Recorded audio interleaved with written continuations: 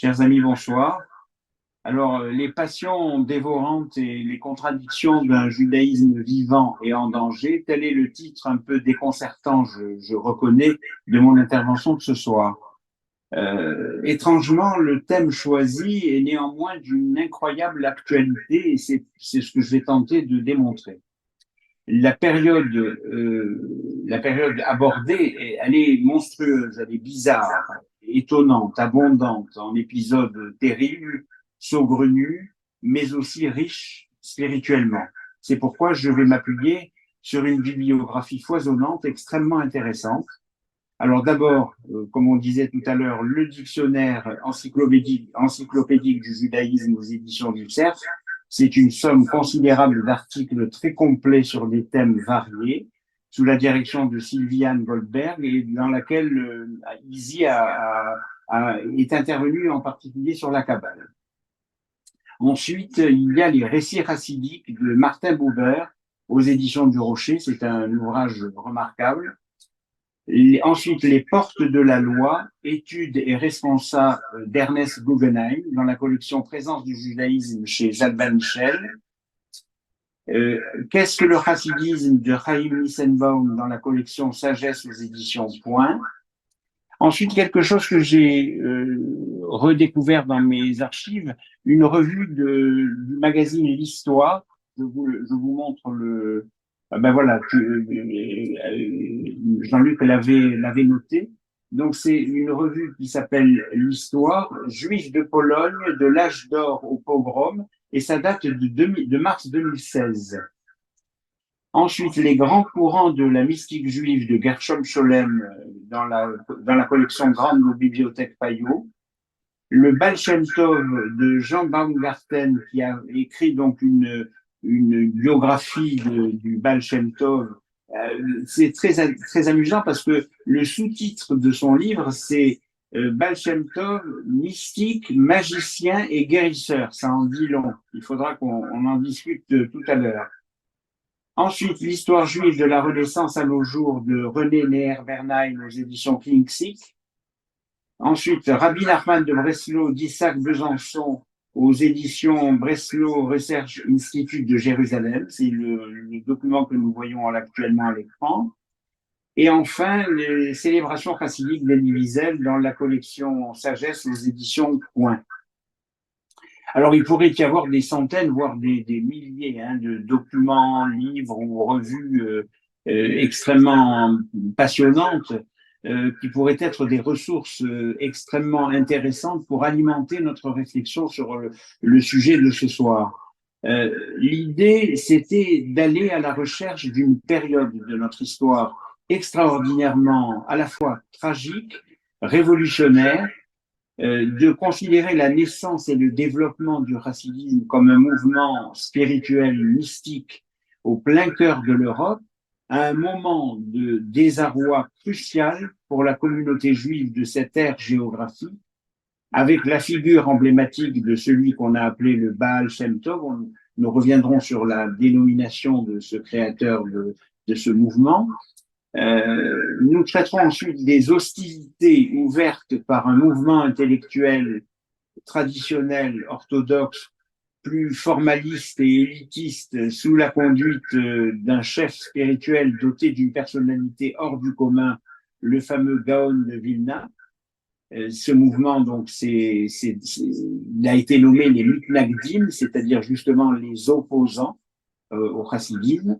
Le tout inscrit dans une tragédie collective de malheur, de haine, de pogrom et de massacres parmi les pires de l'histoire juive. Alors, le plan que je vous propose, c'est donc le contexte politique et sociologique avec les raisons complexes du choix que nous avons fait ce soir, l'étude d'un vocabulaire spécifique, on va y revenir sur les différents éléments, ashkénazes, pogrom, etc. Nous allons faire une étude de vocabulaire. Ensuite, pourquoi et comment le chassidisme est né, avec en particulier la période des pogroms de 1648. Le Baal Shem Tov lui-même, son histoire, sa pensée, la philosophie du chassidisme, Les opposants, donc les Mithnagdim, le Gaon de Vilna, donc la personnalité particulière du Gaon de Vilna. Ensuite, nous terminerons sur quelques aphorismes sur les différentes dynasties chassidiques qui ont suivi le Baal Shem Tov. Et je terminerai par une lecture de textes illustrant notre sujet. Des textes que je vous les donnerai tout à l'heure, vous verrez, c'est extrêmement intéressant. Il y aura quelques moments musicaux. Et donc, la prochaine conférence, je l'annonce dès maintenant parce que c'est une suite à cette conférence de ce soir, portera sur la Haskalah et son essor, avec en particulier la personnalité du philosophe Moses Mendelssohn, créateur un peu de la Haskalah en Europe dans la communauté juive. Alors, j'imagine que vous voulez savoir, dans un premier temps, ce qu'est exactement le chassidisme et quel impact il a pu avoir sur les populations juives d'Europe centrale. Connaissez-vous l'histoire du forgeron qui voulut devenir artisan indépendant? Il acheta une enclume, un marteau, un soufflet, et il se mit courageusement au travail. En vain. La forge restait désespérément inerte. Déstabilisé par le doute, découragé, il alla trouver un vieux forgeron pour lui demander conseil. « Tu as tout ce qu'il te faut, mon ami, lui dit-il avec un léger sourire, sauf l'essentiel, l'étincelle. Le chassidisme, c'est cela. C'est l'étincelle qui manque aux hommes, nous dit Martin Buber. Alors, pourquoi s'y intéresse-t-on particulièrement aujourd'hui? Peut-être parce que l'homme moderne se sent touché, concerné par leur message lumineux, pacifique, dont la perte est, selon le mot d'Elie Wiesel, inévitablement liée à sa propre incapacité à croire. Dieu est prière, disait Rabbi Pinchas de Koretz. Et c'est vrai que l'homme moderne n'a jamais été plus hostile, plus fermé à la prière, à la foi, à la bienveillance, à l'espérance spirituelle, ainsi d'ailleurs qu'à la raison et à la tolérance.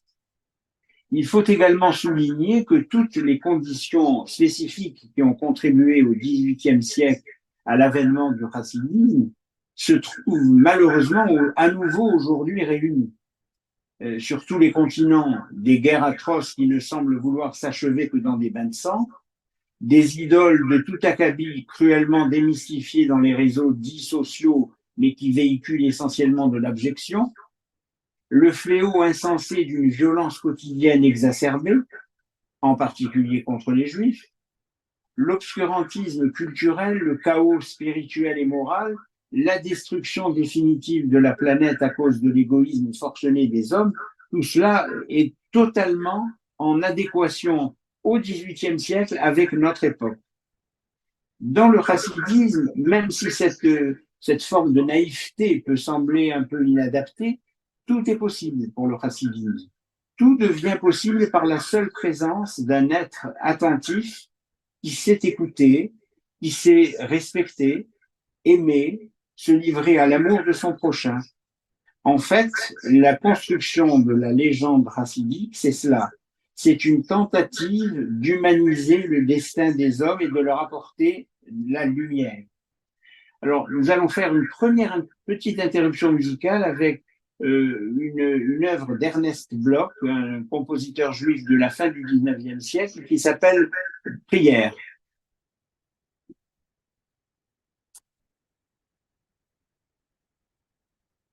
Alors cet extrait, c'est un disque donc d'Ernest Bloch qui est avec l'Orchestre national de Pologne et un violoncelliste qui s'appelle Julius Berger. Je trouve que c'est très, très beau et très significatif. D'un point de vue politique et social, l'Europe orientale présente au XVIIe siècle d'abord une physionomie extrêmement différente de celle de l'Europe occidentale. D'un côté, il y a une certaine régression économique et culturelle, de l'autre, un développement assez aisé, une stabilité politique et une amélioration des niveaux de vie. Par ailleurs, alors, parce que malheureusement, c'est un ensemble d'éléments sur les régions de Pologne et d'Ukraine et de Russie, il y a également l'Empire ottoman qui donne des signes de décadence avec des souverains assez faibles, des querelles de harem et parfois un fanatisme religieux exacerbé. La Pologne, de son côté, va devenir le pays, alors c'est ça qui est très intéressant, va devenir le pays où se concentreront les masses juives les plus nombreuses venues de tous les autres pays d'Europe à la suite de persécutions et d'expulsions à répétition. L'art architectural synagogal est à son apogée, les yeshivotes se multiplient. Il y a un historien juif de cette époque qui s'appelle Nathan Hanover, H-A-2-N-O-V-E-R, qui se plaît à dire il n'y a nulle part autant de connaissances de la Torah que dans les terres de Pologne. C'est extrêmement positif et élogieux. Mais le plus extraordinaire, c'est l'organisation administrative des Juifs et leur forme d'indépendance politique, on va dire. Il y a un grand conseil de 4 pays qui s'appelle le VAAD, V-A-A-D, qui est constitué de la Grande Pologne, la Petite Pologne, la Podolie et la Volhynie. Alors, c'est une sorte de CRIF, si on peut donner une comparaison moderne. Il se réunissait à l'occasion, par exemple, de la grande foire de Lublin, et il joue le rôle d'un véritable gouvernement, presque un État dans l'État. Hein. Dès les années 1635, malheureusement, des signes inquiétants d'hostilité, de jalousie de la population vont se manifester à l'égard des Juifs, qui sont égorgés par milliers par des bandes, en particulier de Cosaques, qui déferlent sur la Pologne. Ces Cosaques avaient constitué une sorte d'État anarchique qui, en droit strict, était vassal de la Pologne, mais en réalité se comportait de façon totalement indépendante. Ces bandes armées, grossies par des serfs et des paysans à la fois polonais et russes, allaient former une troupe de plusieurs dizaines de milliers d'hommes, avec à leur tête ce qu'on appelle un Hotman, élu par eux. Le siège principal de ces Cosaques se situait près de Kiev, en Ukraine, et le chef le plus sanguinaire, ça a été le fameux Bogdan Chmielnicki en 1648. Alors, pour aller plus loin dans la compréhension de ce sujet, je vous propose quelques éléments d'information sur des éléments de vocabulaire. Donc, le yiddish en particulier, né il y a environ 1000 ans en Rhénanie, cette langue possède un sens symbolique extrêmement puissant puisqu'elle affirme pendant des centaines d'années, elle s'affirme comme l'expression naturelle de toute une population qui va constituer la moitié du peuple juif quand même. C'est extrêmement important. Elle est écrite en caractère hébraïque et elle est constituée de plusieurs composantes formant un mélange étonnant. Il y a de l'hébreu et de l'araméen, il y a des langues romanes, des langues germaniques et des langues slaves. Donc c'est un mélange explosif. C'est l'outil de communication usuel de l'ensemble de la communauté ashkénaze et en particulier du prolétariat, enfin, de ce qu'on peut appeler le prolétariat.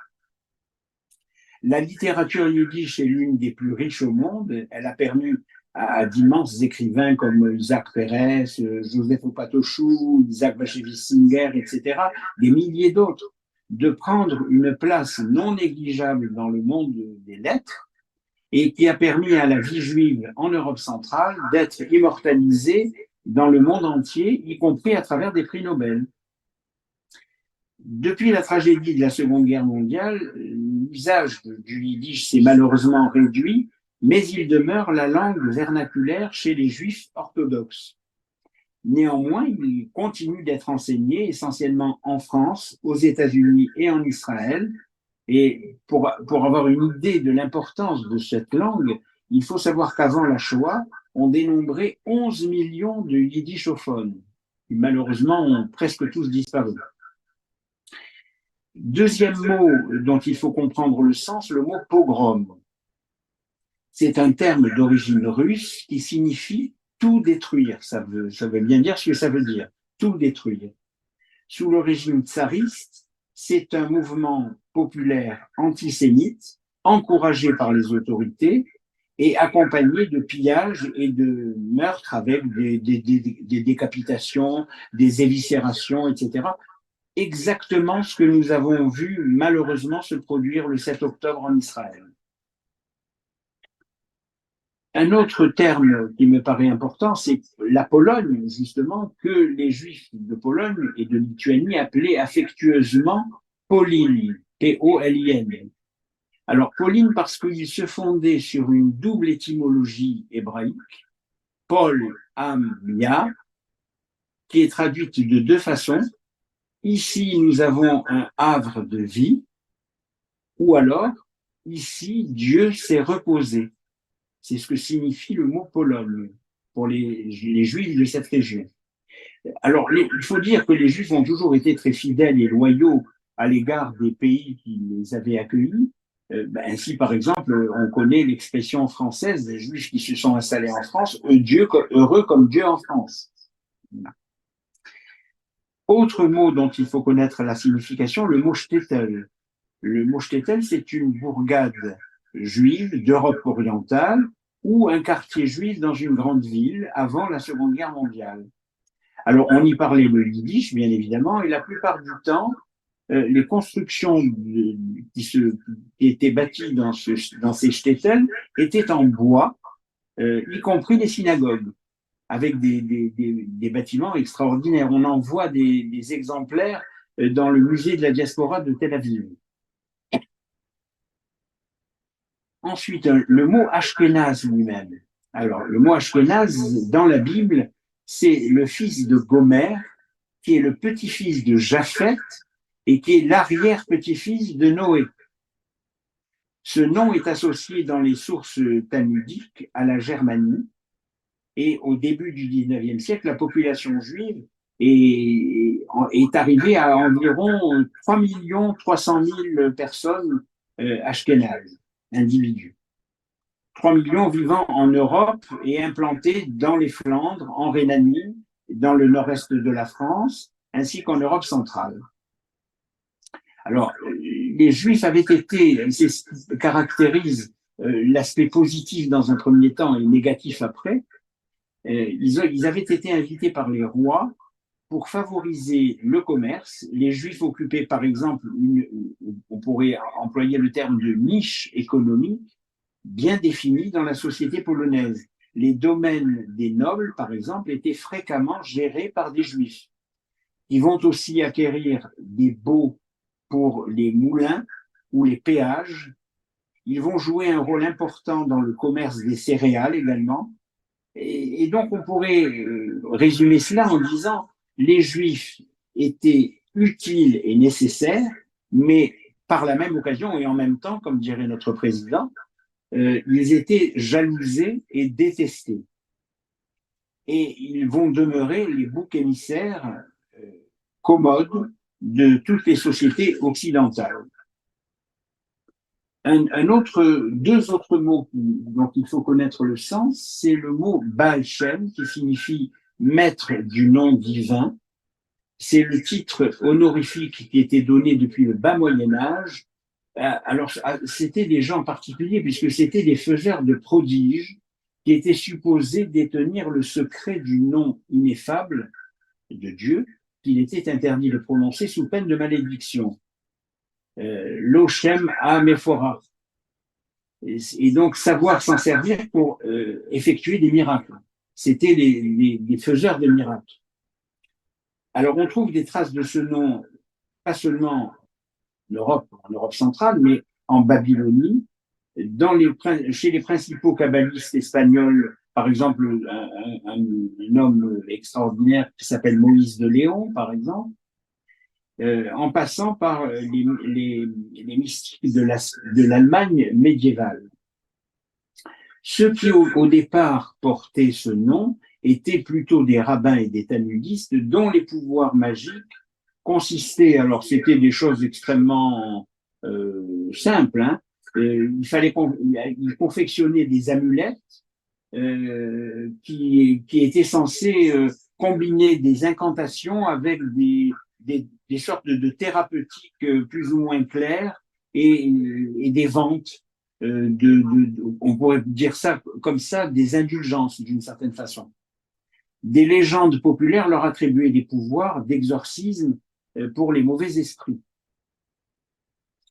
Alors, je voulais juste rappeler, on l'avait traité il y a quelque temps, le Dibouk de Chalomansky, la pièce de théâtre Le Dibouk, qui raconte justement l'histoire d'un couple impossible à réaliser entre Léa et Hanan, parce que le père de Léa, qui avait fait une promesse à un ami, ne l'a pas tenue et a préféré trouver un candidat au mariage plus intéressant dans le CAC 40, si je peux employer cette expression, et qui finalement veut quand même faire épouser à sa fille un candidat plus intéressant sur le plan matériel. Sa fille va accepter, parce qu'elle est docile, elle va accepter le mariage, mais au moment de donner son accord pour se marier avec le prétendant officiel, elle va dire non avec la voix de celui qu'elle a aimé et qu'il aimait. Et donc, il y a appel à un rabbin miraculeux qui fait des pratiques d'exorcisme, etc. Enfin, c'est une histoire extrêmement formidable sur le plan humain, sentimental, romantique, on pourrait dire. C'est l'équivalent de Roméo et Juliette ou de Tristan et Iseult. Et donc, il y a une fin qui est une fin à la fois tragique et positive d'une certaine façon, puisque les deux amoureux vont se rejoindre dans la mort, mais dans des limbes, dans un royaume inconnu. Et ça s'appelle le titre de la pièce, c'est le Dibouk, mais c'est aussi le titre, c'est aussi Entre deux mondes. Voilà. Ça, c'est pour Baal Shem. Il y a également le mot Gaon. C'est un titre honorifique qui est conféré au président des académies d'abord babyloniennes, par exemple de Soura, de Pumbedita, du 6e au 11e siècle, avec une autorité supérieure. Ce sont eux qui constituent, on va dire, la perpétuation de l'unité du peuple juif dispersé et qui peuvent assurer des responsables aux questions que le peuple juif peut se poser. Et ils sont nommés pardon, par l'exilarque qui est à la tête de la communauté. Ils perçoivent un salaire fixe ainsi qu'une partie de dons des fidèles. Ils sont intronisés en grande pompe et ils sont censés avoir un savoir supérieur. Alors Saadia Gaon, par exemple, c'est une des figures les plus brillantes de cette catégorie d'érudits. Il est né en 928, hein, ce sont des personnes qui contribuent tous avec infiniment de talent à la littérature talmudique. Ils vont faire œuvre de pionniers dans le rituel des prières. Donc voilà, ça c'était pour prendre un bon départ dans la compréhension des mots, dans la sémantique intelligente du racilisme.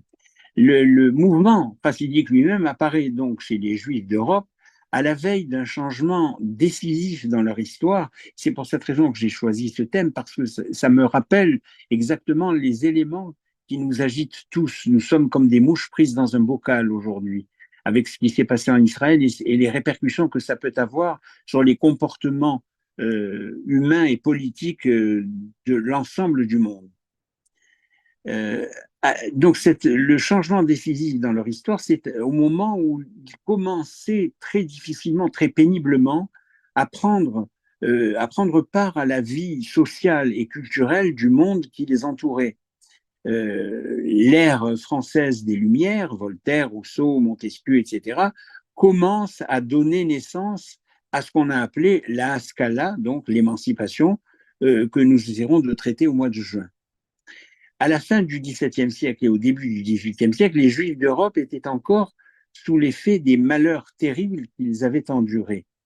Ils étaient emprisonnés, si on peut dire, dans une forme de ghetto d'Europe centrale qui n'avait rien à voir avec le ghetto de Venise, hein, mais qui était déjà suffisant pour briser leur morale. Les dévastations de la guerre de 30 ans qui vont achever de les déprimer, de les accabler, de les isoler. Dans les régions les plus orientales, la population juive, décimée pendant 10 ans par le fer et par le feu, ne savait. Alors, c'est là où je trouve une parenté avec la situation actuelle. Il ne savait plus comment vaincre la haine qu'on lui vouait et échapper à la misère. Le juif du XVIIIe siècle ne trouvait plus dans le judaïsme ancestral dont il héritait les forces spirituelles, le réconfort qui avaient trouvé ses ancêtres tout au long de leurs avatars au cours des siècles. Alors, bien sûr, les sentiments étaient diffus, mais l'observateur pouvait constater une tendance quelque peu suicidaire à suivre des maîtres aux idées étranges. C'est l'histoire des faux messies, Sabbatai Tzvi, Jacob Frank, etc. Des idées étranges, des promesses plus bizarres les unes que les autres. Alors, ils aimaient bien récriminer, mais ça c'est très juif, récriminer contre les dirigeants de la communauté. Intellectuellement et affectivement, les juifs de l'époque étaient profondément désorientés, exactement comme aujourd'hui. Vers le milieu du siècle, deux hommes vont apparaître comme des chefs religieux qui vont essayer de rétablir l'équilibre au sein du peuple juif, deux personnalités aussi différentes que possible qui vont s'opposer et s'affronter violemment, le Baal Shem Tov et le Gaon de Vilna.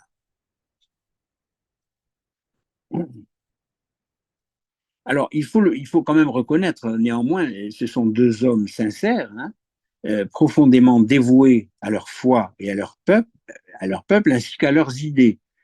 Chacun va comprendre et interpréter ce fameux questionnement de cette génération à sa façon, et, chacun à sa façon, et il va tenter d'y apporter des réponses idoines, selon eux. Le premier, le Gaon Élie de Vilna, Vilnius, Vilno, hein, voulut redonner une forme d'équilibre rationaliste, une certaine rigueur efficiente à l'activité intellectuelle des Juifs en favorisant l'étude. Le second, Israël, le Baal Shem Tov, le maître du bon nom, tenta de canaliser les aspirations affectives du peuple juif dans un culte plus spontané, plus profond, plus pur, plus joyeux. Chacun d'eux va laisser un héritage spirituel important. Alors, la haine déterminée et persistante qui entourait les Juifs était à l'origine de tous les problèmes qui les assaillaient. La faiblesse interne de la Pologne, qui va entraîner sa décomposition. Le roi n'avait plus aucune autorité, le Parlement ne pouvait prendre aucune décision, nombre de princes étaient à la solde de l'ennemi, les paysans étaient pressurés. C'est alors que la classe moyenne et le clergé ne vont pas trouver d'autre remède finalement que d'utiliser la vieille recette de la persécution des Juifs qui tentait désespérément de panser les blessures terribles qu'on leur avait infligées pendant les années 1648 à 1658, pendant 10 ans.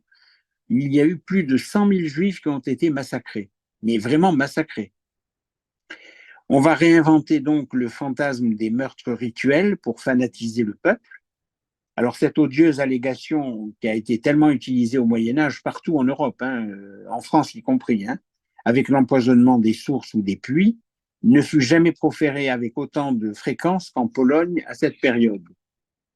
La situation devint telle même que le Conseil des 4 pays, dont je vous parlais tout à l'heure, le VAD, cette sorte de CRIF de l'époque, va dépêcher à Rome ce qu'on appelle un Stadtland spécial, c'est-à-dire un légat, qui s'appelle Jacob Selig, pour porter plainte auprès du pape. Porter plainte. Ils ont eu quand même le courage d'aller jusqu'au bout d'une démarche courageuse.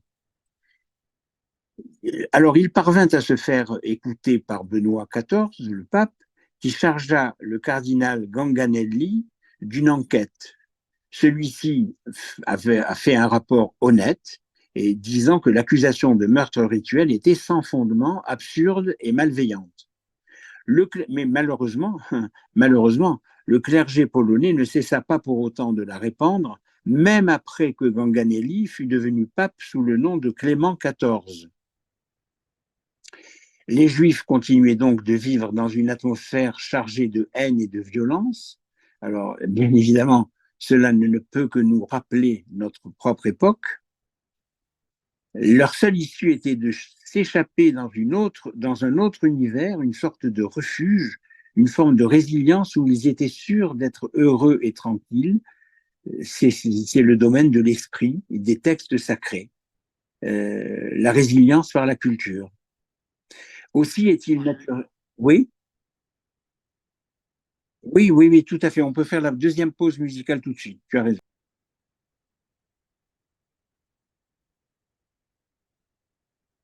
Alors, j'étais sûr que ça ferait plaisir à Izzy, mais j'ai choisi cette chanteuse et cette chanson pour des raisons, je crois, cohérentes. C'est donc Rava Alberstein, une magnifique chanteuse israélienne spécialisée dans le yiddish. Elle a fait même des disques pour enfants.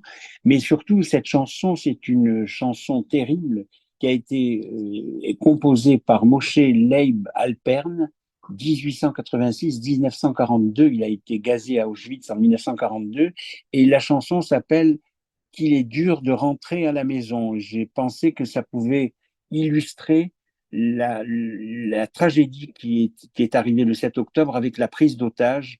Et donc, les chants que nous chantons pour récupérer les otages, c'est exactement celle-ci. Rentrer à la maison. Rentrer à la maison. Voilà. Il m'a semblé que c'était important de le signaler. Donc, l'étude faisait plus qu'apporter aux Juifs l'oubli de ses peines. L'étude rendait aux Juifs le sentiment de sa dignité que ses persécuteurs voulaient lui ravir. Aux côtés des rabbins, donc il y a deux types de personnages qui vont jouer un rôle de premier plan dans la société juive, le Maguide et le Baal Shem. C'est pour cette raison que j'ai essayé d'expliquer le vocabulaire tout à l'heure. Les prédicateurs officiels, les Magidim, exposaient la morale du judaïsme. Ils étaient souvent très cultivés, mais il y en avait aussi en particulier ceux qui voyageaient de bourg en bourg, qui n'étaient guère supérieurs intellectuellement à la masse des fidèles. Hein. Leurs sermons avaient pris même une tournure plus sentimentale, plus mystique qu'intellectuelle, et les opposants, les Mitnagdim dont on va parler tout à l'heure, vont leur reprocher justement ce côté un peu allégorique. Vous savez que Jésus a utilisé beaucoup dans la façon de comprendre et de lire les textes sacrés dans le judaïsme. Il y a quatre niveaux, le pshat, le remez, le drash et le sod. Et quand on atteint les quatre niveaux d'interprétation, on atteint le pardes, le paradis.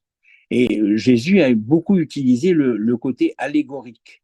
Et ce qui a été reproché au chassidim, c'est d'utiliser des aspects intellectuels presque christiques. Les exorciseurs également exerçaient une influence très grande. Ils se prétendaient au fait des habitudes des démons, des âmes errantes, ces hommes beaucoup plus rarement avec quelques femmes quelquefois, hein, mais enfin c'était beaucoup plus rare, distribuaient des amulettes, récitaient des prières magiques, guérissaient par imposition des mains, ils essayaient même de prédire l'avenir comme des espèces de gourous. Hein. Alors on les appelait des maîtres du nom en hébreu, Baal Shem, car c'était par leur connaissance des noms des anges et des démons qu'ils obligeaient ceux-ci à accomplir leur volonté. Alors, maintenant, nous allons parler de la personnalité même du Baal Shem Tov. Alors, vers 1700, à Okopie, en Podolie, près de la frontière turque, un certain Eliezer, sur le tard, eut un fils qu'il va nommer Israël, qui est né donc le 25 août 1698 et qui va mourir le 22 mai 1760. C'est celui qu'on appellera plus tard le Baal Shem Tov. Au bout de quelques années, ses parents donc Eliezer et Sarah vont décéder et le garçon va être pris en tutelle par la petite communauté de l'endroit. Il va acquérir quelques connaissances d'hébreu et de judaïsme, mais il n'était guère studieux. Il préférait se promener dans les bois, les prairies, il parlait à la nature. C'était une sorte d'écologiste avant l'heure. Il va donc devenir, malgré tout, auxiliaire de l'instituteur de la ville Il va accompagner des enfants à l'école, il va les ramener en leur faisant réciter ou répéter leur alphabet. Puis, il va devenir, à force de travail, il va devenir lui-même instituteur, mais pour débutants. Il va pas avoir une réputation d'érudit, hein, mais il va devenir célèbre à cause de ses manières affables et sa piété bienveillante. Il va épouser une jeune fille de bonne famille, fille du rabbin Éphraïm de Brody, et qui était sœur d'un savant très respecté dans le pays, mais ce savant avait honte de l'ignorance relative, mais l'ignorance de son beau-frère. Et ce beau-frère donc s'appelait Rabbi Abraham Gershom de Kitov, et curieusement ou paradoxalement, il va devenir l'un de ses plus fervents adeptes. Ce sentiment qu'il inspirait, c'est un besoin impérieux de vivre au contact de la nature. Ça va pousser Israël à s'installer carrément dans une petite cabane solitaire dans les Carpates. Cette cabane va lui être offerte par son beau-frère. Alors on peut dire que cette période-là, c'est une sorte de traversée du désert du Baal Shem Tov, hein. Lui et sa femme vont vivre pauvrement en extrayant de la chaux du flanc de la montagne, en la vendant. Pendant ses loisirs, il approfondissait ses connaissances en littérature mystique. Cette littérature mystique, il avait toujours attiré. Alors finalement, ils vont revenir vivre malgré tout plus décemment dans une vraie communauté, aidés financièrement par le frère de sa femme. Sa femme va même ouvrir une petite auberge. Israël va reprendre son enseignement auprès des enfants. Et peu à peu, il va acquérir la réputation d'un Baal Shem, d'un maître au bon nom. Ils vont même avoir deux enfants, alors dont les prénoms sont assez curieux, je trouve. Adèle, qui est née en 1720, et 15 ans plus tard, Tzvi Hirsch. Il va commencer à exercer une influence sur la vie morale de ses voisins. On venait lui demander des amulettes qu'il fabriquait, donc il continuait le côté gourou euh, primaire, si je peux dire. Voilà. Et les gens attendaient de lui des bénédictions, des conseils, des prédictions réconfortantes, en particulier quand on avait des ennuis. Il jouait un peu le rôle de gourou, mais par contre sans esprit de lucre matériel. Alors, par contre, malgré ce côté peut-être un peu négatif, on peut dire qu'Israël possédait des dons d'orateur et une imagination très féconde. Il rassemblait donc des amis et des visiteurs, il discourait tranquillement devant eux sur les rapports entre Dieu et les hommes, un peu comme un conteur, et racontait des histoires. Il savait à merveille illustrer ses idées par des exemples simples, puisés dans la vie quotidienne. Il enseignait le judaïsme, mais en mettant l'accent sur les sentiments et les espoirs de l'être humain. Le premier devoir de l'homme, selon lui, était de chercher Dieu et de s'identifier avec ses desseins, D-E-2-S-E-I-N-S. Cela n'était pas très difficile, expliquait-il, car Dieu était partout dans l'univers. Alors, attention à ce terme. Dieu était partout dans l'univers. Ses détracteurs, donc les opposants, les mitnagdim, l'ont accusé de panthéisme quasi païen, dans la mesure où Dieu était partout dans l'univers. L'homme pieux devait seulement apprendre à percer les apparences grossières du monde matériel pour découvrir l'esprit de Dieu. Donc, selon lui, point n'était besoin d'avoir de très grandes connaissances talmudiques ou de réciter de nombreuses oraisons philosophiques pour y parvenir. Il suffisait de simples prières, prononcées par contre avec ferveur. Alors voilà ce qu'il dit, hein. Il aimait à répéter cette formule: la tristesse et les mortifications ne mènent pas à Dieu, c'est la joie qui incite à la prière. Mais la plupart des hommes sont incapables de s'approcher de Dieu de cette manière. Leur vie terrestre les accable de souffrance, ils ont besoin d'un guide qui leur serve d'exemple, et dans chaque génération naissent des justes capables de devenir des guides spirituels. Ces tzadikim, il faut arriver à les reconnaître et à les estimer hautement. En résumé, la quête de Dieu, l'efficacité de la prière, la joie de vivre, l'existence des maîtres spirituels sont les points essentiels de la doctrine du Baal Shem Tov. Alors, pour résumer quand même, pour que vous ayez une idée plus précise, les 10 thèmes particuliers qui sont la base de l'enseignement, ce qu'on appelle le Besht, Baal Shem Tov, l'anagramme c'est Baal Shem Tov, ça fait Besht. Donc, vous entendrez souvent parler du Besht. C'est le même, hein, c'est le Baal Shem Tov. Alors, les 10 thèmes en question sont la foi, alors on pourrait même la qualifier de foi du charbonnier, c'est-à-dire une foi simple et sans fioriture, la confiance infinie en Dieu, savoir reconnaître Dieu en toutes circonstances, la prière fervente, chaleureuse et enthousiaste, l'étude sincère de la Torah et surtout pas la frime des élites, les élites menées par le Gaon de Vilna, l'amour incommensurable du peuple juif, la confiance accordée aux justes, les tzadikim, l'unité du peuple juif, la bonté et l'humilité, la joie et la danse. Voilà, ce sont les 10 principales tentatives de comprendre la théorie du racinisme. Du point de vue de la mystique juive, on pourrait dire, c'est Gershon Scholem qui dit, hein, qui parle de cela, il dit le kabbalisme messianique d'Isaac Luria du XVIe siècle, le sabbatianisme de Sabbatai Tzvi et le chassidisme se présentent tous les trois comme 3 étapes d'un même processus. Un lien évident entre le sabbatianisme et le chassidisme et leur conception de maître spirituel qui n'est plus le rabbin éclairé ni l'érudit, mais plutôt le visionnaire inspiré, le prophète, celui dont le cœur a été touché. Donc, le fondateur du chassidisme, Israël Baal Shem Tov, semble être une incarnation de cette image par sa vie elle-même. Son extraction sociale très humble, extrêmement modeste, sa marginalité par rapport au rabbinisme établi, les phases de son errance, c'est une quête philosophique, une quête spirituelle, lorsqu'il était dans sa cabane des Carpates, en font le prototype même de l'animateur d'un mouvement de réveil religieux à caractère mystique.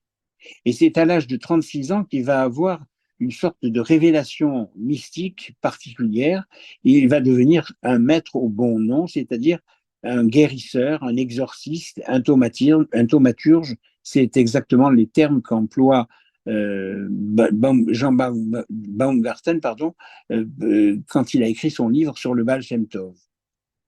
Il va entreprendre de parcourir les bourgs et les villages de Podolie, de Galicie orientale, de Volhynie pour exercer ses dons et diffuser sa doctrine. Et c'est autour des années 1740 que son rayonnement va commencer à attirer vers la ville de Medjugorje, où il s'était établi, des disciples, des partisans, des rabbins, à seule fin de le voir et d'entendre sa parole. Et alors, il y a évidemment d'innombrables récits, des contes, des légendes qui se sont tissés autour de sa personne. Alors, pour être très honnête, il est extrêmement difficile de rendre compte exactement de la doctrine chassidique, car elle n'a créé aucun système philosophique ou même kabbalistique formel, cohérent. Les écrits chassidiques se présentent essentiellement sous forme d'homélies, de sermons, des genres qui par nature manquent, on va dire, de précision théorique formelle.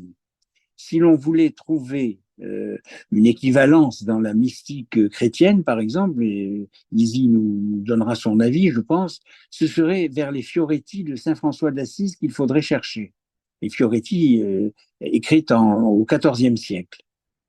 En outre, l'enseignement oral essentiellement du Besht procède par courtes paraboles, récits, épigrammes, aphorismes, d'allure parfois contradictoire ou paradoxale, avec des interprétations multiples, d'autant qu'ils ne furent jamais consignés par eux-mêmes, mais par des scribes et des secrétaires ou des disciples qui vont intervenir plus tard. Il n'a jamais rien écrit de sa main.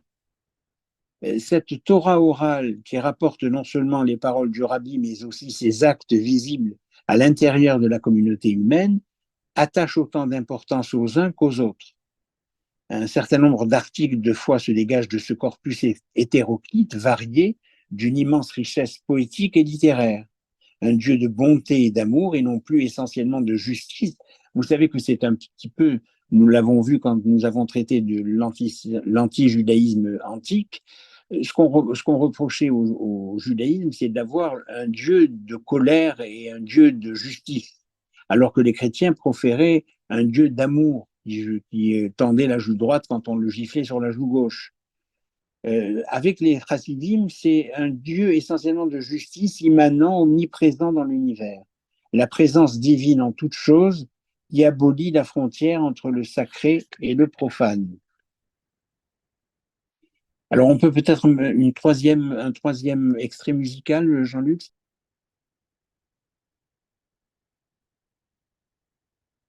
Autant pour moi, je me suis trompé sur la chronologie musicale. L'œuvre que nous avons entendue est une danse traditionnelle interprétée par la violoncelliste juive Sonia Wider-Atherton et la pianiste Daria Ovora, la pianiste israélienne Daria Ovora. C'est une danse traditionnelle chassidique. Hein. Voilà, tout à l'heure, nous écouterons Yashar Haïfetz. Le chassidisme renferme également certains éléments qu'on pourrait appeler des éléments quiétistes.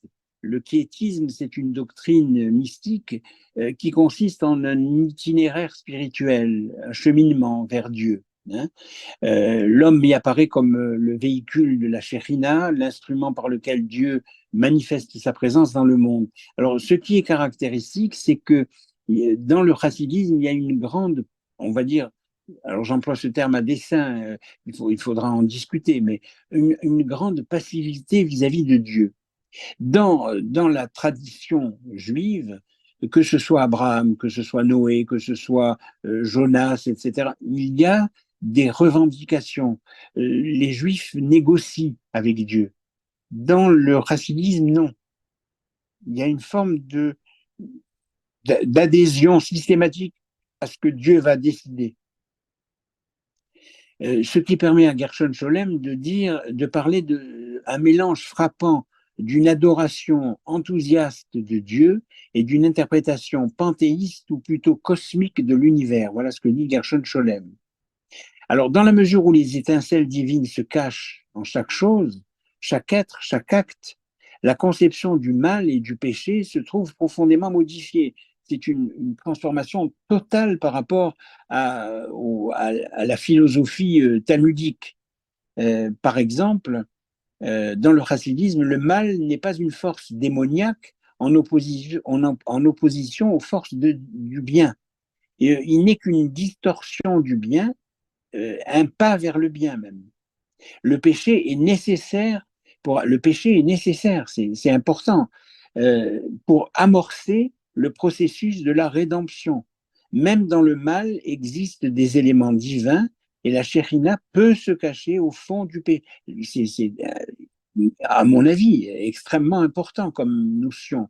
La Shekhinah peut se cacher au fond du péché. Étant donné que le chassidisme n'est pas une théorie, ni même une doctrine kabbalistique, mais une expérience religieuse, directe, spontanée, elle va se manifester dans l'individu et le tzaddik va remplir une fonction de juste vitale. Son rôle d'intermédiaire est double. Il s'élève jusqu'au ciel, il représente la communauté juive devant le trône divin, mais il apporte aussi le divin au contact de l'homme ordinaire. Par son existence matérielle concrète, il va s'inscrire dans la dimension de l'histoire du peuple juif. Ce que dit Gershon Scholem encore, parce que c'est vraiment un des grands analystes du chassidisme, il dit l'originalité du chassidisme réside en ce que les mystiques qui ont atteint leur but spirituel sont tournés vers le peuple avec leur connaissance mystique et leur kabbalisme devenu éthique.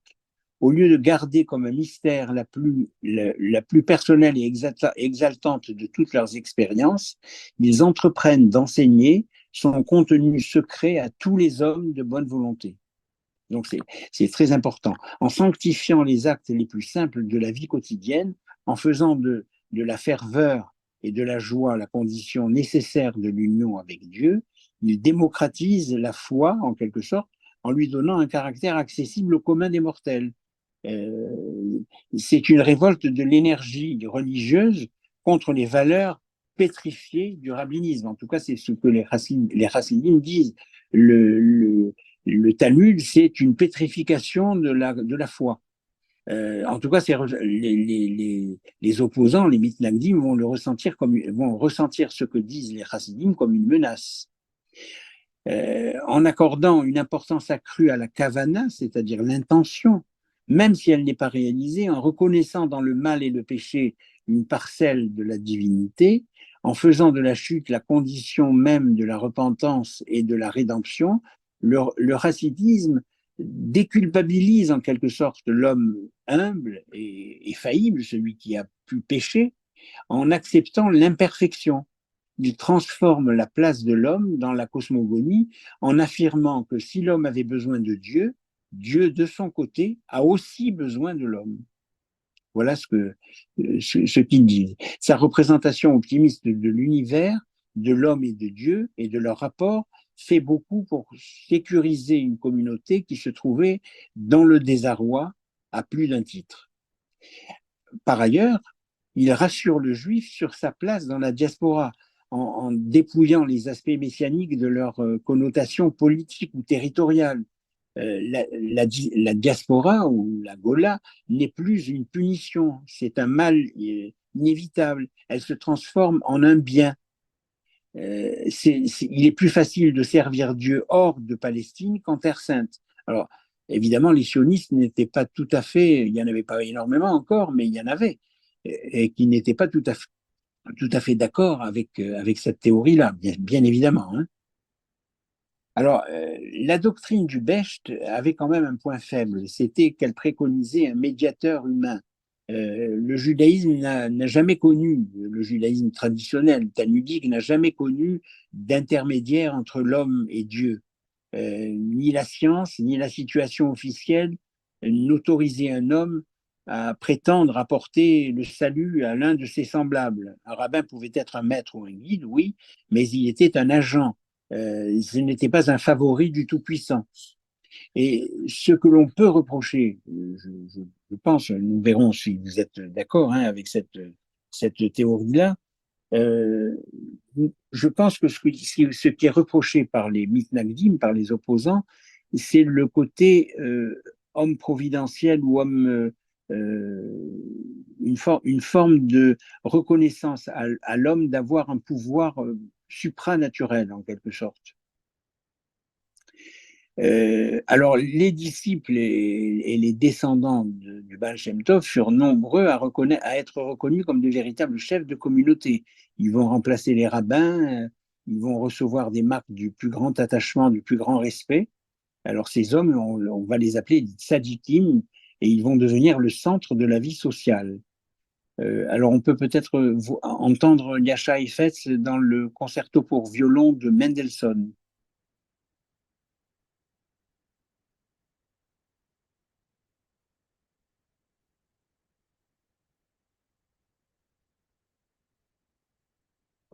Alors, c'est admirable Yasha Heifetz, c'est admirable le concerto pour violon de Félix Mendelssohn, qui est donc le petit-fils, on en parlera au mois de juin, le petit-fils de Moses Mendelssohn, le créateur de la Haskalah, donc les Lumières juives. Et Félix Mendelssohn, c'est quand même le compositeur qui a refait connaître Jean-Sébastien Bach à l'ensemble du monde. Alors, la montée du racialisme a été très mal vécue par les milieux orthodoxes qui ont commencé à malmener, puis, alors, j'aime pas trop ce terme, mais enfin, je l'utilise avec des guillemets, à persécuter, entre guillemets, donc ces adeptes après la mort du Becht, tant pour leur manque de considération vis-à-vis des autorités rabbiniques établies, que pour le peu de place qu'ils accordaient à l'étude de la Torah. Pour eux, la prière prévalait sur l'étude.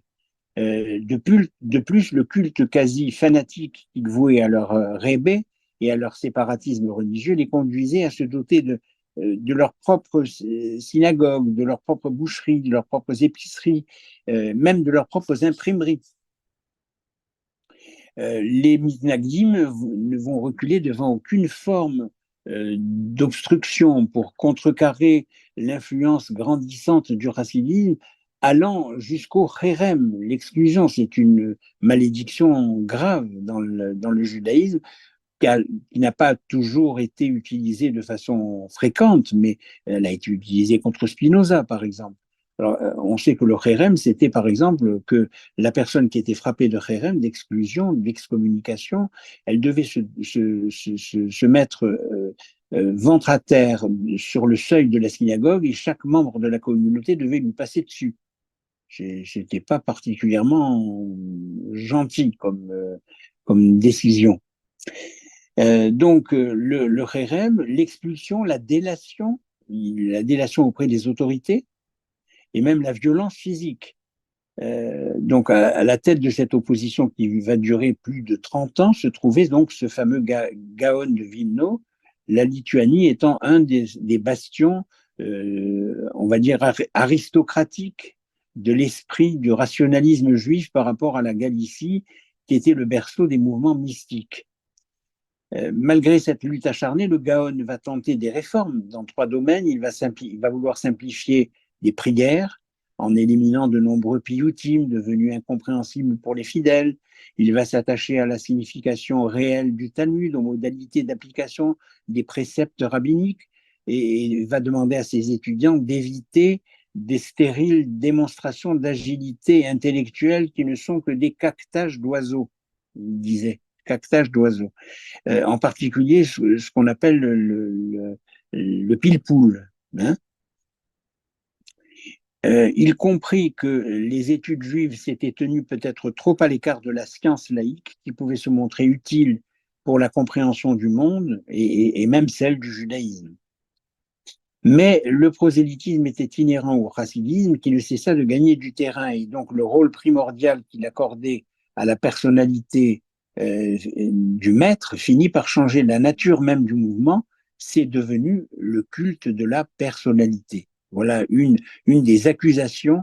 Alors, il y en a une autre qui est très importante également, c'est que pour danser, chanter et trouver l'extase de leur réflexion spirituelle, certains, pas tous, mais certains chassidim utilisaient des boissons fortes, peut-être même des éléments interdits, des drogues.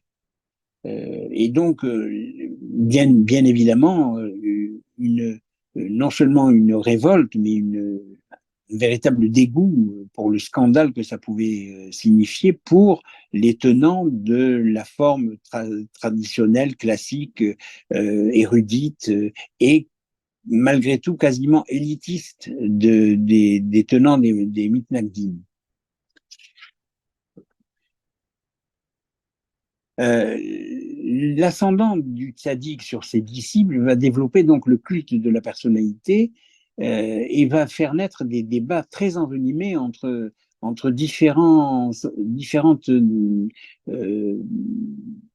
doctrines chassidiques. On va voir fleurir des excès de toutes sortes. Transmission héréditaire de la charge, par exemple, qui va instaurer le règne des petits-fils, c'est-à-dire le tzaddikisme dynastique qui va transformer un mouvement libertaire en un pouvoir quasiment despotique. Il va malgré tout être le premier mouvement à réaliser une certaine unité des couches populaires de la société juive.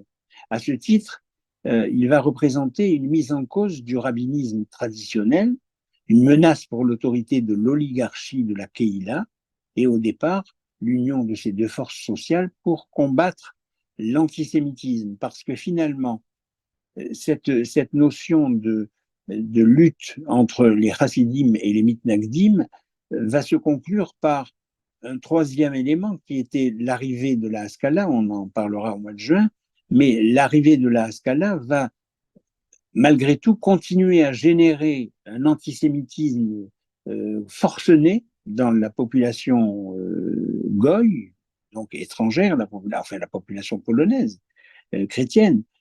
Et finalement, ce sont malheureusement les massacres de la Seconde Guerre mondiale qui vont parvenir à pratiquement éliminer presque totalement le monde chassidique. le juif du shtetl rural a été remplacé par le juif urbain de l'Ouest industrialisé, et c'est ce qui est très triste. Alors, pour conclure, je voudrais vous lire quand même quelques extraits. Il y a plein de choses que je n'ai pas pu dire parce que on n'a pas le temps. Il y a peut-être quelques aphorismes parce que ça me paraît intéressant pour la réflexion. Pour sortir un ami de la fange, n'aie pas peur de te salir. Lorsque Dieu souhaite punir un homme, il le prive de la foi. Si ton fils s'engage sur de mauvaises voies, aime-le davantage. C'est magnifique. Une jouissance perpétuelle cesse d'être une jouissance. La crainte de Dieu sans joie, n'est pas crainte, mais dépression. Même le corps d'un saint est fait de chair. La source de la tristesse, c'est l'orgueil, quand un homme pense que tout lui est dû. Alors, celle-là, je la trouve très amusante parce que c'est une remarque satirique qui est dirigée contre les mitnagdim. Un homme qui est tellement pris par l'étude, comment peut-il trouver le temps de penser à Dieu? Je trouve ça adorable. Alors, je vais prendre quelques lectures parce que ça me paraissait nécessaire. Après, on aura un quatrième élément musical. Alors, c'est la célébration chassidique d'Elie Wiesel. Je vous lis deux éléments qui me paraissent très, très sympathiques. Imaginons un palais aux portes innombrables, dit le Baal Shem Tov à son entourage. Devant chaque porte, il y a un trésor qui attend le visiteur, qui, puisant à sa guise, n'éprouve pas besoin de continuer. Pourtant, tout au bout des couloirs, il y a le roi qui est prêt à recevoir celui de ses sujets qui pense à lui, et non au trésor. Donc, vous voyez, je trouve que c'est très profond, hein. Un autre élément. Un matin, il pria plus longtemps que de coutume, les disciples s'en allèrent. Plus tard, le maître dit avec mélancolie, imaginons un oiseau rare au sommet d'un arbre. Afin de s'en emparer, des hommes forment une échelle qui permet à l'un d'eux de grimper jusqu'en haut. À ceux d'en bas, ne pouvant voir l'oiseau, ils perdirent patience, et rentrèrent chez eux. L'échelle se disloqua et bien évidemment l'oiseau rare s'envola. Voilà des éléments intéressants, passionnants, profonds de la célébration chassidique d'Elie Wiesel. Ensuite, il y a de Jean Baumgarten là, sur le Baal Shem Tov. Il dit le Baal Shem Tov n'a pour ainsi dire laissé aucun écrit. La plupart des traités, lettres ou commentaires qu'on lui attribue sont posthumes, soit apocryphes. Et la majorité d'entre eux proviennent de traditions, mais qui ont connu moult pérégrinations et subi diverses transformations à la suite de récitations et d'éditions successives. Certains enseignements ont été ainsi transmis de son vivant, mais après divers enjolisements difficiles à reconstituer. Bon, c'est simplement pour dire que la nature de la pensée du Baal Shem Tov s'est trouvée développée et améliorée par les disciples. Lui-même n'a jamais rien écrit. Un autre élément, alors Rabbi Nachman de Breslau, c'est son petit-fils. C'est un remarquable penseur juif, chassidique, qui a écrit ceci. Il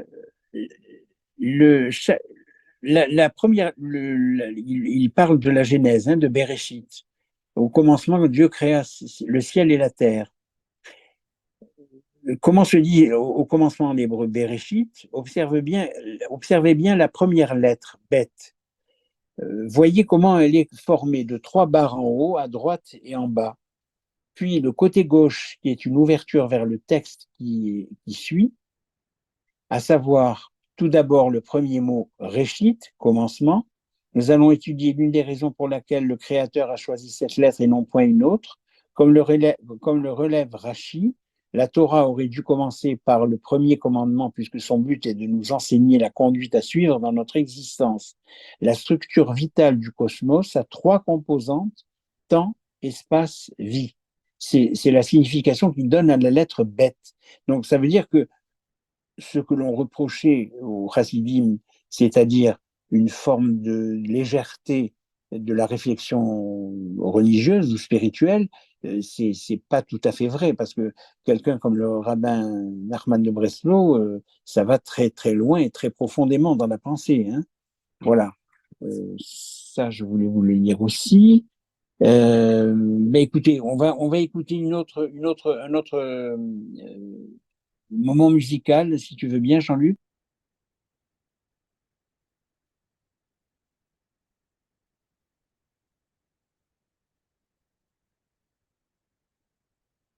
Alors, cette musique est une musique formidable qui s'appelle Les tableaux d'une exposition de Modeste Moussorski. Alors, pourquoi j'ai voulu vous la faire écouter? Parce que, d'abord, c'est une très belle partition musicale, mais c'est surtout, c'est interprété par Leonard Bernstein, mais c'est surtout un épisode de c'est une exposition de peinture, hein, en fait, que Moussorski raconte. Et dans cette exposition, il y a Goldenberg et Schmuile, c'est-à-dire deux juifs. C'est une caricature telle que les non-juifs voyaient les juifs. C'est vraiment la caricature, c'est Laurel et Hardy.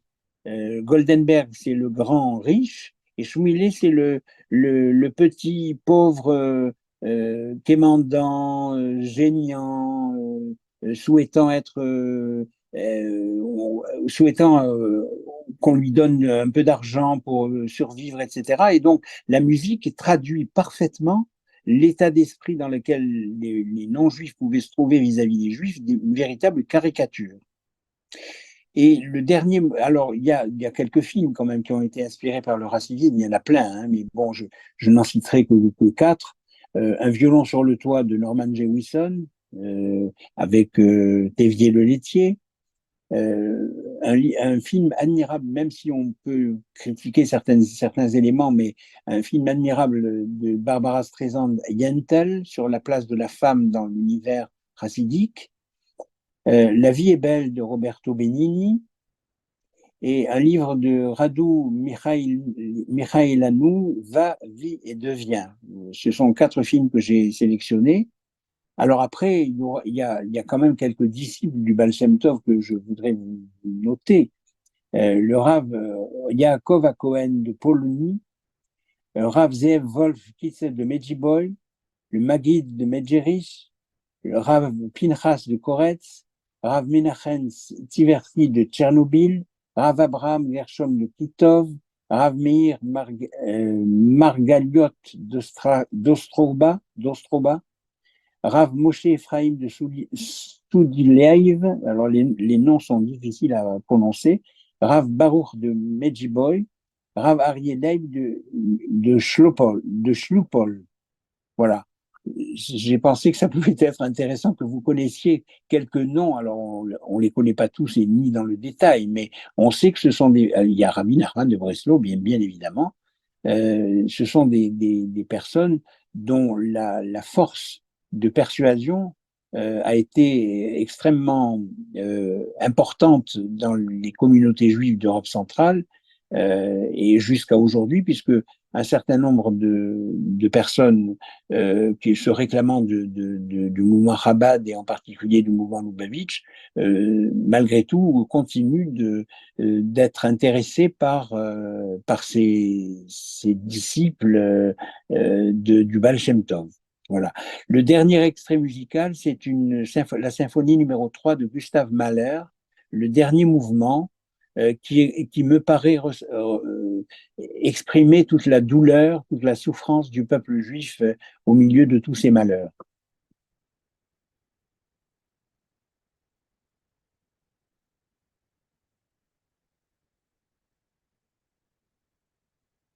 Voilà, moi c'est une musique qui me fend le cœur, si je peux dire, comme dirait Pagnol. C'est une musique qui est l'esprit de la lumière et l'esprit de l'être humain par rapport à la misère que l'homme s'inflige à lui-même. Voilà.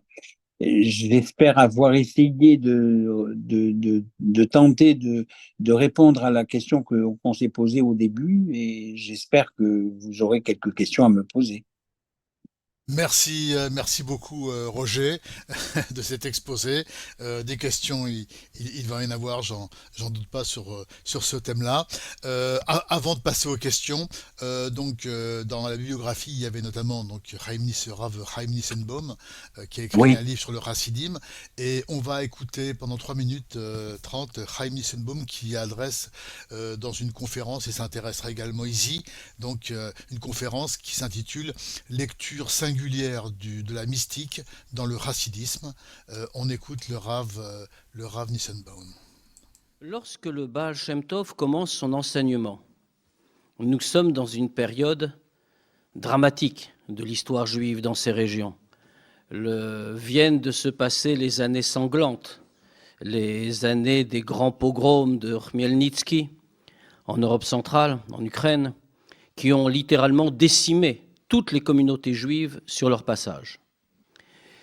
Cela crée à l'intérieur des communautés juives des phénomènes qui jusqu'à présent n'étaient jamais apparus, dans quelques circonstances que ce soit. Il a apparu un certain dessèchement de la pensée. On a vu apparaître de très brillants talmudistes, brillants érudits, mais qui avaient perdu sans doute cette espèce de vitalité interne qui donne sens en réalité à l'étude. On voit apparaître au sein des communautés juives des espèces de castes, ce qui ne s'était jamais formé jusqu'à présent. On voit se créer des synagogues d'érudits et des synagogues d'ignorants, avec aucun contact entre les deux. Et le Baal Shem Tov arrive là-dessus. Et le remède, dit-il, c'est ce dont nous sommes en train de parler aujourd'hui, c'est la mystique. La mystique qu'on appellera un petit peu plus tard par le nom générique de Chassidut, l'enseignement chassidique. On va éclairer le propos par une petite parabole qui a été inventée, qui a été racontée par le premier rabbi de Chabad, l'auteur du Tanya, Rabbi Shneur Zalman, et dit à son maître: il y avait un jour un roi qui avait un fils unique qu'il adorait. C'était son espoir, sa vie. Puis un jour, le fils unique en question, le futur roi, tombe gravement malade. Tous les médecins se pressent à son chevet, rien n'y fait. Tant et si bien que le roi fait proclamer dans tout le royaume: celui qui a une idée, qui saurait comment soigner mon fils est le bienvenu, et s'il réussit, il sera récompensé. Un vieil homme vient et dit: j'ai peut-être une solution, mais je ne suis pas sûr que vous l'acceptiez. Laquelle ? Eh bien, il faut prendre la couronne, votre couronne, la pierre précieuse qui se trouve au sommet de la couronne qui lui donne sa lumière et son prix.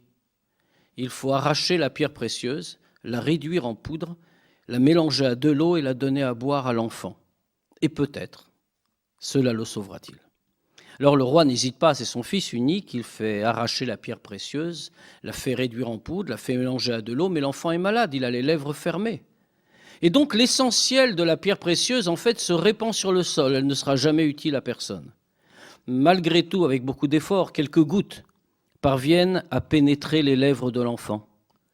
Et cela suffit, l'enfant guérit. Et, je ne traduirai pas la parabole, vous avez compris vous-même. La couronne, c'est la Torah. Le roi, c'est Dieu. La pierre précieuse, c'est ce qu'on appellera plus largement que Chassidut, Pnimiut Torah, le sens profond de la Torah. Alors on l'a réduit en poudre, il faut en donner, parce que l'enfant du roi, le peuple juif, est dans un état d'évanouissement profond. Il faut le ranimer. Et cela peut se réaliser. Alors l'essentiel de la pierre, de cette sagesse profonde, va être dilapidé pour rien, va être gaspillé. Mais finalement, quelques gouttes parviendront à franchir l'obstacle. Et ces quelques gouttes permettront de ranimer l'enfant. On vient à peu près de décrire ce qu'est la vision chassidique de Pnimiut Torah, du sens profond de la Torah. Voilà, Roger, pour cet extrait. Remarquable commentaire de Chaim Nissenbaum. Je crois qu'on a dit des choses assez semblables, effectivement. Absolument, absolument, tout à fait, hein, c'est tout à fait en ligne avec beaucoup de choses que vous avez dites. Allez, on va passer aux questions, remarques, commentaires. Qui veut c'est pour la première question ou le premier commentaire? Alors peut-être Roger, moi j'aurais une question très simple pour démarrer. Peut-être après je donnerai la parole à Izzy s'il veut Oui, parler. oui, Tout simplement, on voit bien aujourd'hui qui sont les descendants des Chassidim. On le voit tous les jours. Qui sont aujourd'hui oui. les descendants des Mitnagdim pour vous? Ah, bonne question. En réalité, il y en a des tonnes. C'est des gens qui se disent des mitnagdim, mais qui en réalité ne le sont pas vraiment parce que ce ne sont pas forcément des chercheurs de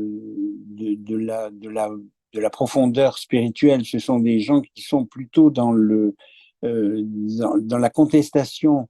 On voit ça dans certains milieux libéraux, il y a une forme de refus d'un certain ordre talmudique et donc, n'en connais pas, ou alors je n'ai pas assez réfléchi à cela, mais c'est une excellente question parce que je crois que nous n'avons pas, justement, nous sommes en recherche de quelque chose, mais nous ne savons pas trop quelle, quelle démarche, quel moyen nous devons utiliser pour essayer d'arriver jusqu'à la réflexion profonde qui va nous donner des éléments de solution. Merci Roger. Je donne la parole à Izzy qui aura peut-être un élément de réponse à cette question et ses propres commentaires. Alors attendez, Izzy, je vous active votre micro.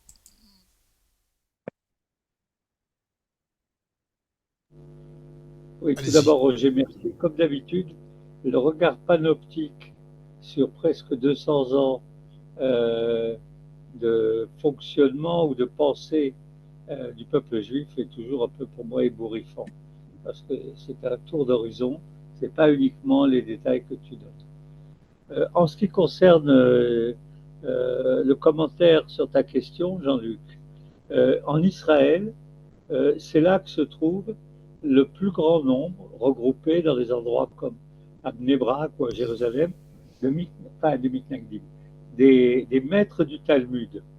Et je me souviens, c'est pour l'anecdote, que quand je suis allé une fois visiter Béni Lévy quand il habitait à Jérusalem, enfin il a toujours habité à Jérusalem, euh, son maître, en tout cas c'est comme ça qu'il le présentait, c'était quelqu'un du nom de Moshe Shapira, et Moshe Shapira, c'était une tête. Il enseignait non seulement à l'ancienne, je veux dire dans la tradition de Chaim de Volozhin et du Gaon de Vilna, mais en même temps il truffait ses drachotes de commentaires sur Platon, sur Descartes. Enfin, on est dans cette lignée, et cette lignée, elle a besoin d'un public. À mon avis, il n'y a pas de vrai public en France, peut-être un peu aux États-Unis, mais en tout cas, ils sont tous regroupés en Israël. Alors, euh, deux, trois petites choses concernant ce que tu as dit pour le commenter. D'abord, je commence toujours par un remerciement. Merci pour Chava Alberstein. J'avoue que ça m'égaye ta conférence. Après, tu peux raconter ce que tu veux. Et si tu mets du Chava Alberstein, je suis heureux. C'est gagné.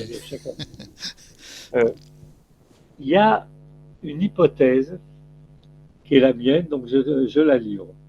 La venue du mouvement chassidique, elle vient de la montée des peuples, c'est-à-dire des nationalismes dans l'Europe centrale et de l'Est, et le fait que les peuples, pas seulement le peuple juif, ont commencé à jouer un rôle sur la scène de l'histoire.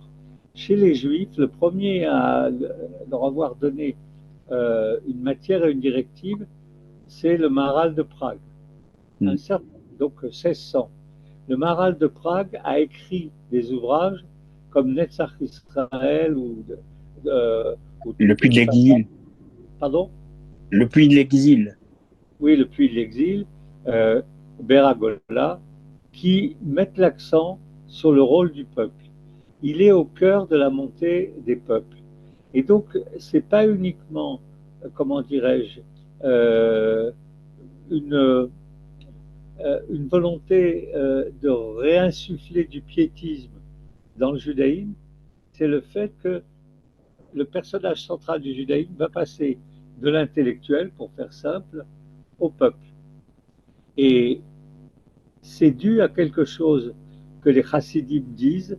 Moi, en tout cas, quand je le discute, ça m'arrive quand même de discuter avec eux, mais de moins en moins, parce que là où j'habite, je ne retrouve plus. Mais il y en a, quand je suis en Israël, c'est qu'ils disent, vous avez eu 16 siècles, si ce n'est pas plus, pour nous sortir de la boue.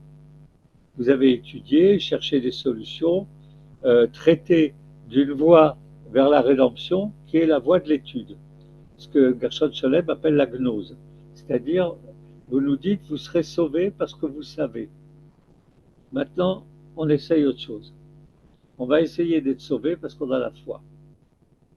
Et donc, il faut tenir compte, d'une certaine façon, de l'échec historique du judaïsme de l'étude, qui était admirable, il n'y a rien à dire, mais qui n'a pas changé le destin du peuple juif, alors qu'il en a eu très largement le temps. C'est long, 16 siècles.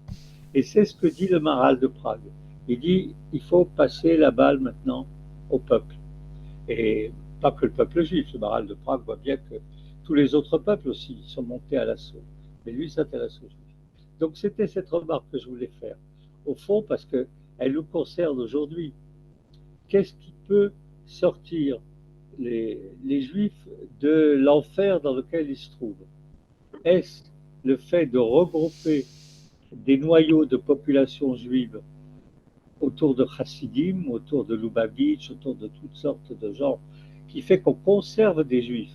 C'est-à-dire que dans la déperdition absolument énorme qu'il y a du peuple juif, pas seulement à cause de la Shoah, mais les mariages mixtes, enfin l'assimilation, il faut garder un îlot piétiste ou des îlots piétistes.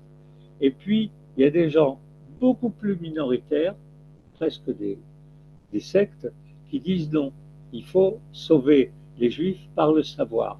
Ça a été le créneau des juifs et il faut le perpétuer. J'avoue personnellement, et je terminerai là-dessus, que pour des raisons strictement individuelles, je dirais, je connais des chassidim, j'ai un cousin qui est à Breslev, j'aime les juifs de l'étude. J'ai aimé lire le Gaon de Vilna, j'ai aimé lire, comment ça, Nefesh HaChaim, de son nom que j'ai donné tout à l'heure, à nouveau m'échappe. J'ai aimé lire les juifs qui considèrent qu'ils seront sauvés par l'étude. Alors, ça fait pas grand monde. Je mettrais Lévinas même là-dedans, bien qu'il ne soit pas un juif ultra orthodoxe. C'est une discussion. Non, c'est une discussion. Comment sortir de là? Par l'étude ou par la foi? La foi maintient une collectivité juive, parce qu'il faut des juifs, et c'est eux qui le font entre les mariages, les fêtes, les bar mitzvahs, les trucs de genre. Et puis, il y a un noyau de plus en plus petit et qui est surtout présent en Israël, qui dit pas du tout, même si on n'est que 5, il faut étudier. Et donc, je ne suis pas un fanat du chassidisme. Voilà. Roger? Ben, moi, je pense que c'est un peu normand comme réponse. Je pense que l'idéal pour sauver les Juifs, le peuple juif de la mouise dans laquelle il s'est enferré malheureusement depuis quelques mois ou quelques années, c'est un peu des deux, c'est-à-dire que il faut qu'il y ait, c'est un peu la formule Naaseh Venishma, c'est-à-dire qu'il faut faire et comprendre après. C'est-à-dire, il faut étudier en même temps d'être présent dans nos communautés, dans nos manifestations. Il faut être celui qui porte la foi, mais aussi celui qui porte l'étude.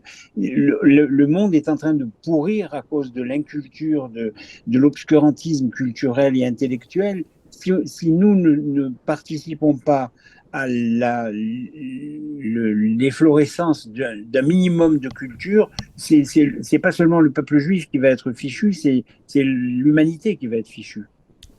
Je crois que tu as donné la réponse qui me convient, à savoir qu'il y a dans le savoir constitué par la Bible et le Talmud quelque chose qui est universalisable, universalisable.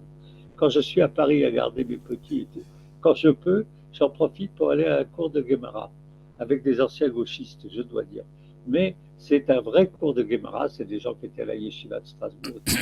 Et il y a toujours quelque chose que tu peux transmettre à ton voisin non juif. Voilà, absolument. Il y a un savoir, il y a une intelligence, il y a un rapport aux solutions programmatiques que le judaïsme a pensé et sur lesquelles il a réfléchi. Le chassidisme, pour moi, il a une tâche absolument énorme, c'est de faire qu'il reste, pendant qu'on discute de tout ça, qu'il reste encore des juifs. Oui. Parce que c'est pas avec ces 4 discussions qu'on a eu, on l'a terminé après le cours de Talmud au bistrot, c'est pas avec ces 4 discussions au bistrot qu'on conserve du peuple juif. Il faut en conserver et il faut en produire. Et il faut avoir des enfants, et les enfants doivent avoir des enfants et tout ça. Mais s'il s'agit de parler au monde, le chassidisme, il parle en interne. Voilà, j'ai essayé d'être poli. Il parle en interne. Et seule l'étude parle au monde. Mais ici, une remarque par rapport à ta distinction tout à l'heure, la foi versus l'étude, moi, il y a quand même quelque chose qui me semble très très spécifique au chassidisme, et pour moi c'est peut-être l'apport le plus important, c'est une espèce de démocratisation de l'accès au judaïsme. C'est-à-dire que pour moi, les chassidiques disent il y a une étincelle de judaïsme, de Neshama, dans chaque juif. Et donc il y a un impératif absolu qui dépasse tout, de tous les ramener.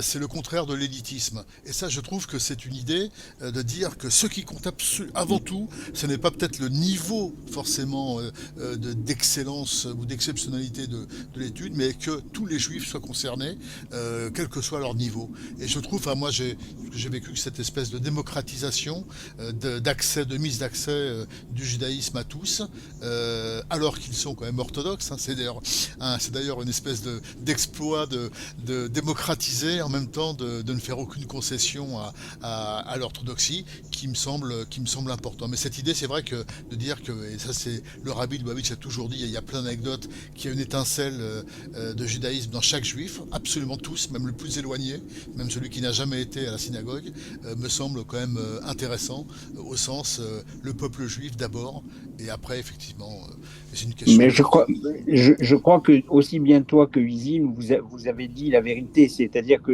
il y a aussi une étincelle d'humanité dans chaque humain. C'est-à-dire que, en l'occurrence, si on veut que la fraternité puisse vaincre la bêtise, l'obscurantisme et la haine, il faut aussi que notre propre foi et notre propre identité, nous puissions la porter comme un message universel à l'ensemble de l'humanité. Une petite remarque, Roger, oui, et sous le contrôle d'Izzy, là, c'est purement de l'hébreu, hein. Tu disais Baal Shem Tov, maître. Baal en hébreu, c'est époux, c'est mari. Est-ce que ça donne un sens particulier, Izzy, à cette dénomination, le mari du nom du bien, ou est-ce que ça peut être également compris comme étant maître? En hébreu, Baal, encore aujourd'hui, c'est le propriétaire. Donc, c'est le propriétaire du nom, Ah oui, d'accord. du Le maître du nom, oui. Ah oui, d'accord. le maître du nom. Le Baal, dans le sens de mari, c'est celui qui est propriétaire de sa femme. Donc, je ne propose pas de diffuser cette rumeur. Au-delà. Nous allons avoir mis tout sur les bras. Ah, ouais. Oui, c'est une. Déjà, on voit Roselyne s'agiter déjà. Pour ceux qui sont un petit peu hébraïsants, pas beaucoup, un peu, ils savent que quand une femme dit Baali, elle dit mon propriétaire. En fait, c'est mon mari. Donc, le mot Baal signifie propriétaire. À cause de ça, donc c'est cohérent. C'est du mari. Oui. Voilà. Y a-t-il encore il est déjà 8h10, là, une toute dernière remarque ou question. Alors, moi, une dernière chose, c'est ce qui est aussi fondamentale au niveau du chassidisme, c'est la priorité, la priorité sur l'enfant, sur l'éducation et sur l'enfance. On voit bien que partout où s'installent les Lubavitch, c'est d'abord l'école juive, c'est l'enfant, et il y a plein d'anecdotes, et notamment l'une qui est quand même très connue, c'est lorsque à la fin de l'URSS, lorsque les Juifs ont pu quitter l'URSS et sont allés en Israël, notamment les chassidiques, il y a un appel au bout de 6 mois, le rabbi Lubavitch a fait appeler par son secrétaire et a dit quand même à l'un des responsables, qui était quand même une personnalité, enfin c'est des gens qui avaient été des refusniks, qui avaient quand même fait en URSS, en Union soviétique, donc propager le judaïsme en bravant tous les dangers, et il lui a posé une seule question, et donc qu'est-ce que vous avez fait en 6 mois? Et ce grand rabbin lui répond avec beaucoup de fierté, on a créé beaucoup d'écoles de Torah, beaucoup de cours, etc. Et, et le rabbi dit, non, ma question c'est, au niveau des enfants, qu'est-ce que vous avez fait? Combien d'écoles vous avez créées pour enfants? Et ils n'avaient créé aucune. Il leur a dit en quelque sorte, enfin, j'exagère, mais qu'est-ce que vous avez foutu depuis 6 mois, quoi? Donc ma question c'était effectivement la place de l'éducation et de l'enfant au niveau du racinisme, parce que c'est un marqueur important pour vous. Elle est fondamentale, puisque même dans le Talmud, il dit que même lorsque le Mashiach viendra, il faut continuer l'étude. Donc, il y a à la fois la foi et l'étude. Absolument. Quand les gens demandent, il n'y en a pas beaucoup de gens qui demandent, mais une fois que le Messie sera venu, qu'est-ce qu'on fera? Cette question elle a été posée par des militants communistes au début du 19e siècle. On va s'embêter. Oui, et ils disent, absolument, ils disent, une fois que le communisme sera réparti, étendu au monde entier, on n'aura plus rien d'autre à faire.